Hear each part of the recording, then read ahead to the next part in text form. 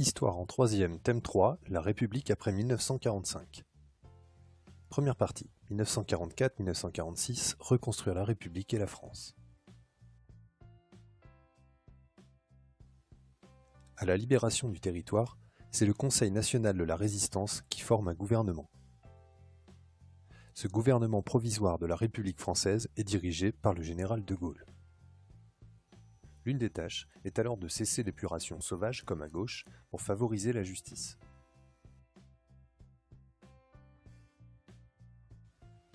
En 1945, de nombreuses villes sont des champs de ruines. Il faut tout reconstruire. D'où le slogan « Retroussons nos manches ». Et les partis de gauche, notamment les communistes qui dominent au gouvernement en 1945, veulent poursuivre l'œuvre du Front populaire. Ils créent la sécurité sociale.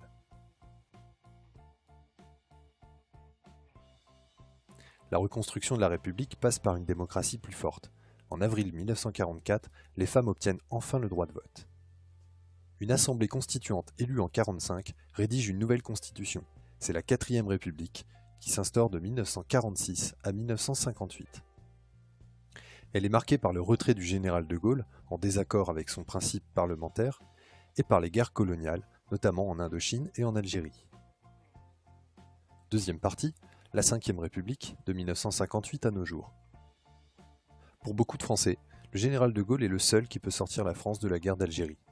Il revient au pouvoir et instaure une nouvelle constitution, la 5e République.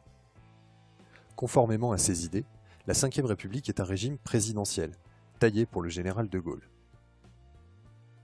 De Gaulle souhaite un lien fort entre le président et les Français. À partir de 1962, le président est élu au suffrage universel direct, majoritaire à 2 tours. Les partis de droite dominent ces institutions jusqu'en 1981, année où François Mitterrand, socialiste, est élu à la présidence. 7 présidents se sont succédés dans la fonction présidentielle. De Gaulle, Pompidou, Giscard d'Estaing, Mitterrand, Chirac, Sarkozy, Hollande, et bientôt un 8e. En résumé, en 1945, les mouvements résistants unis prennent en charge la refondation de la République. C'est une république sociale qui est refondée, avec notamment la grande influence du Parti communiste français.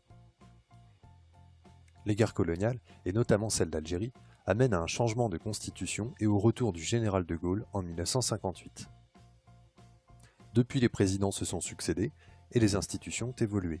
Élection du président au suffrage universel ou mandat de 5 ans.